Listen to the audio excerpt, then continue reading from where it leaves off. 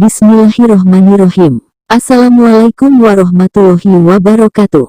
Salam jumpa kembali dengan channel Dunia Fana News.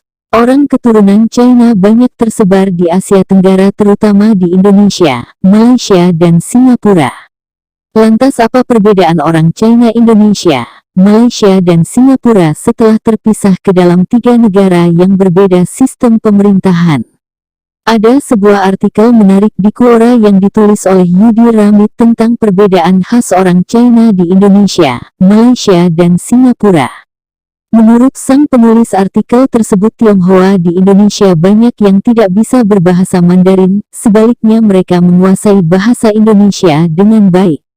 Sebagai tambahan info dari admin DFN, orang China Indonesia mayoritas menggunakan nama lokal khas Indonesia, sedangkan orang China Malaysia masih menggunakan nama asli China. Di Malaysia, orang China banyak yang tidak menguasai bahasa Melayu, sebaliknya di Singapura etnis ini menguasai bahasa Inggris dengan baik, di samping bahasa Mandarin. Ada perbedaan perlakuan yang dikonotasikan berlebihan-lebihan untuk China Malaysia. Ini akan menyebabkan sulitnya pembauran dengan masyarakat Melayu. Di Malaysia, orang China diizinkan untuk membuka sekolah sendiri dan tentunya dengan kurikulum yang mereka buat sendiri dan mungkin tanpa campur tangan pemerintah. Sebagai tambahan info dari admin DFN, kurikulum sekolah di Indonesia dibuat terpusat oleh pemerintah, berlaku untuk seluruh sekolah termasuk untuk orang keturunan China. Di Singapura, di bawah pimpinan Lee Kuan Yew, telah menutup sekolah-sekolah dan lembaga-lembaga pendidikan Cina sebelum memperkenalkan bahasa Inggris sebagai media untuk sekolah-sekolah nasional. 8 minggu setelah pemisahannya dari Malaysia, pada Oktober tahun 1966, Kamar Dagang Tiongkok didukung oleh Serikat Guru China, Editor Pers China, dan pemimpin masyarakat mendesak pemerintah Singapura untuk memberikan jaminan bahwa bahasa Cina akan menjadi salah satu bahasa resmi. Lee secara diplomatis mengatakan, semua bahasa utama di Singapura memiliki status yang sama meskipun pada saat itu, ia memiliki rencana untuk menjadikan bahasa Inggris sebagai bahasa utama, tulis Zulkifli Jalil di bawah kolomnya Tumpang Lalu, dalam Harian Melayu.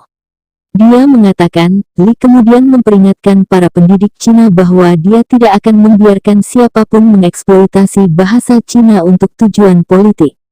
Ada beberapa pemimpin mahasiswa Cina yang terus melakukan protes dengan memimpin demonstrasi yang melibatkan mahasiswa dari Universitas Nanyang dan Ngien Chollege di depan kantornya. Lee memerintahkan mereka untuk ditangkap dan dideportasi ke Malaysia.